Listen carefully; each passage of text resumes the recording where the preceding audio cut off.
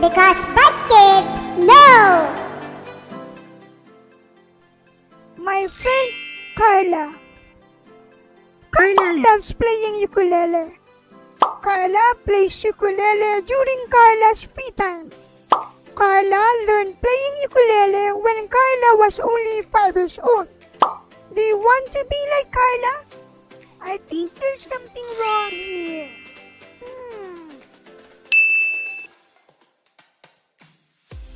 Hello, Bryt Kids! How are you?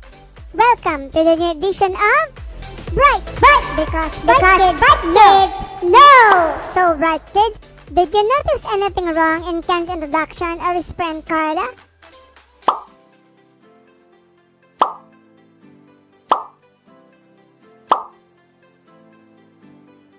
Yes, you are correct. The name Carla was repeated several times, making it redundant. But did you know that there's a way to avoid it? Through using pronouns! Pronouns are often used to take the place of a noun, especially when that noun has already been named to avoid repeating it. Or we can simply call it as substituting words. Actually, pronouns have several types. We have personal pronouns, possessive, indefinite, relative, intensive, demonstrative, interrogative, and reflexive pronouns. But for this episode, we are just going to talk about personal pronouns and possessive pronouns. Let's start with personal pronouns. Personal pronouns are used as a substitute for a person's name. It also stands in for the people, places, animals, or things who are the main focus in the sentence. Now, let's dive in deeper with the personal pronouns. Personal pronouns have two kinds. Number 1, as a subject of the sentence, and number 2, as the object of the sentence. When we say subject of the sentence, it is the person or thing that performs the action in a sentence.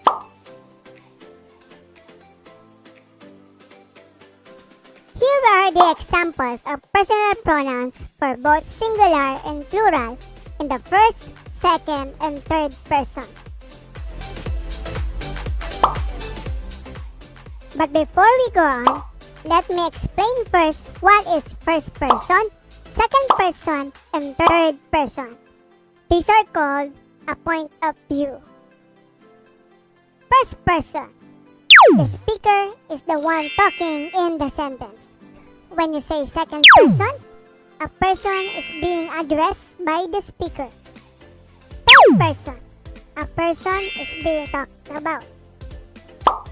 Here now are the examples of pronouns used as the subject of the sentence. Number 1. I have many books at home. Number 2. You are so beautiful. Number 3. She is playing ukulele. Our next examples show plural personal pronouns in the first person, second person, and third person. 1.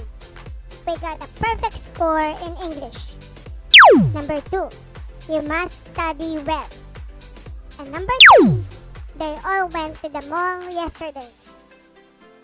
Bryt Kids, also keep in mind that he is used for male, she is used for female, and it is used for animals, places, things, etc. Now, Bryt Kids, can you try to write the appropriate pronoun to complete each sentence?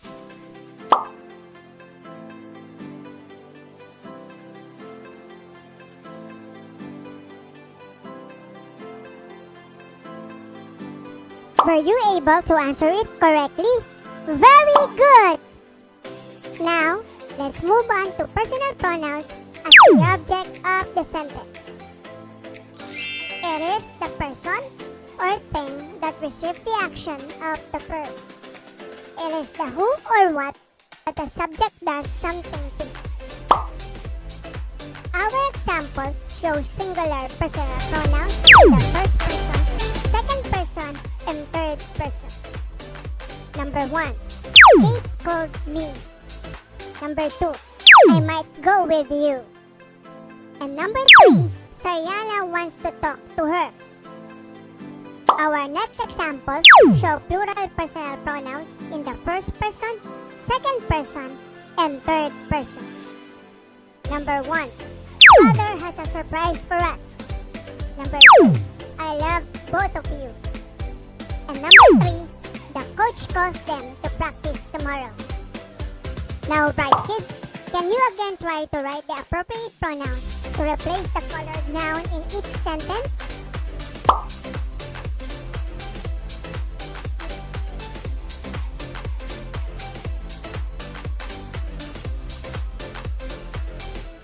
Were you able to answer it again correctly? Good job, Bryt Kids! But remember, you can always go back and watch this video again if there are things that you still can't understand. Okay? Let us now proceed to possessive pronouns. I want you to read the 2 examples.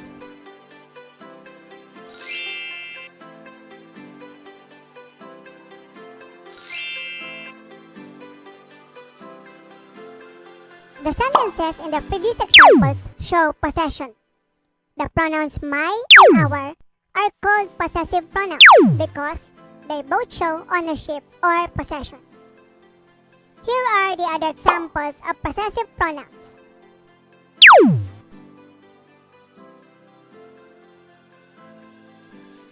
Now, Bryt Kids, I want you to focus your attention to the words in Table A and to the words in Table B. The pronouns in Table A are called possessive determiners because they are placed before a noun to express belonging or possession. Here are the examples. My cat, our house, your pencil, his bike, her clothes, and their neighbors. While the pronouns in Table B are called independent possessive pronouns. These are pronouns that refer to previously named nouns. They stand alone and are not followed by any other noun. Examples. Is that your cat? Yes, it's mine. Is that your new house? Yes, it's ours. Is that my uncle's bike? No, it's yours. Avril's dress is pink. Hers is purple. Is that Adrian's wallet? Yes, it's his. Did you learn many things about pronouns today, Bryt Kids? That's great! But before we answer some more activities, can you now fix the problem in can statements at the beginning of this episode? Fill in the blanks with the correct pronouns.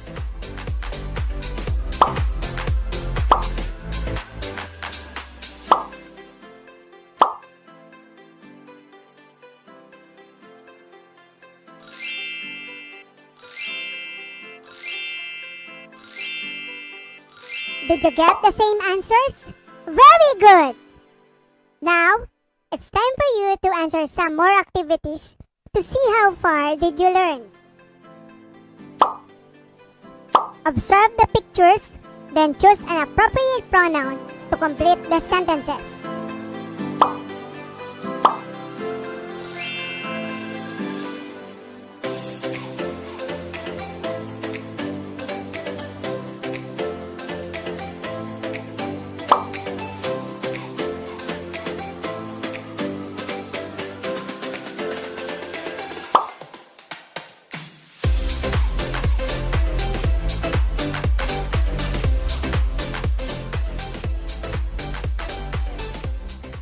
Did you answer it correctly? Well done, Bryt Kids! Once again, post pictures while watching and answering the activities in this recent episode. Thank you very much. By the way, answers for the activities will be shown in the next episode. Well, Bryt Kids, I hope you learned a lot today and enjoyed our presentation. and I'm inviting you again to join me next week for the part 3 of our special presentation. Thanks for watching! Bryt! Because Bryt Kids know! Bye-bye! God bless you all!